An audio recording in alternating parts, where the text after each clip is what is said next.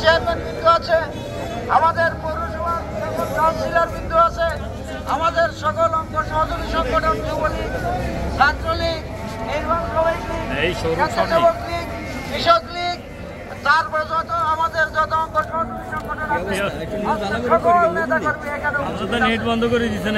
আমরা এটা বলতে চাই, আজকে আমরা শান্তিপূর্ণভাবে মিছিল করেছি। আমরা চাই সারা বাংলাদেশে কোথায় কি ঘটুক এটা আমাদের বিষয় নয়, আমাদের বিষয় হলো আমরা রামগঞ্জকে শান্ত করতে চাই। কোনো ধরনের সহিংসতা না ঘটে, রামগঞ্জে যেন কোনো ধরনের গন্ডগোল না হয়, আমরা সেই জন্য সবাই কাছে আহ্বান জানাবো। আমি গত 8 বছর এই পৌরসভার মেয়র, আমি তো চ্যালেঞ্জ দিয়ে বলতে পারি আমি আমার পরিষদ চালাইতে আমি কখনো আমার কাছে যে আসছে আমি আওয়ামী লীগ, বিএনপি, জাতীয় পার্টি, জামাত কোনটাই দেখি নাই। আমি দেখেছি সে আমার এলাকার লোক কিনা। তো সুতরাং আমার একটা আহ্বান থাকবে, আননেসারি আমাদের রামগঞ্জ যদি আমরা মুক্ত রাখতে পারবো না, ঢাকা শহর যদি বেহাত হয়ে যায় তাহলে কি আমরা মুক্ত রাখতে পারবো রামগঞ্জ? সুতরাং আমরা আসুন, আমরা সবাই, আমরা এই যে লক্ষ্মীপুরে সহিংসতা ঘটেছে, আমাদের পাশে হাসিগঞ্জে সহিংসতা ঘটেছে, আমরা এটাকে রামগঞ্জে ঘটতে দিব না। আমরা সবাই একমত হয়ে আমরা কাজ করি।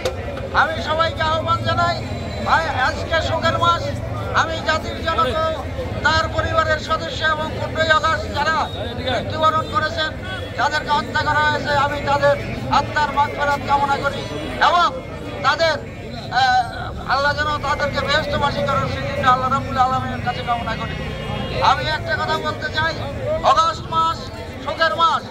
বাংলাদেশ আওয়ামী লীগ দীর্ঘ সময়ে আমাদেরকে এই আমরা পুরো মাস ভরে আমরা শোক সভা করি, আজকে কেন আমাদেরকে এই বিক্ষোভ মিছিল করতে হচ্ছে? আমাদের যেন এই বিক্ষোভ মিছিল করতে না হয়। আমাদের নেতৃত্ব কোটার দাবি সব মেনেই নিছে, আর কোনটা বাকি আছে?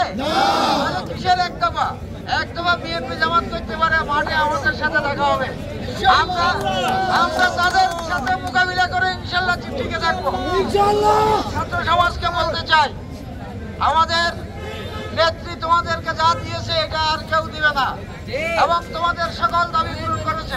সুতরাং তোমরা ঘরে ফিরে যাও। আমরা চাই রাজপথে যেন আর কোনো বিশৃঙ্খলার সৃষ্টি হয়। আমরা আমাদের মেয়েদেরকে আমরা বলতে চাই, তোমরা মিছিলের সামনে থাকো, তোমাদের 10% கூட তোমরা চাও না, আমরা কি করবো? তোমরা নিজেরা নিজেদের বিষয় বুঝো না, একদিন বুঝবা এই দেশের নারীদের সবচেয়ে বেশি মর্যাদা দিয়েছে আমার সাথে এই ব্যাপারে ডিবেট করতে চায়, তাহলে আমি তাদেরকে অনুরোধ করবো, আসেন আমরা ডিবেট করি। ডিবেট করে যদি আমি হারি যাই তাহলে আমি তার কাছে মাপ চাবো, আর যদি তারা হেরে যায় তাহলে তাদের মাপ চাইতে হবে না, তা একটু শুদ্ধ হয়ে যাবে।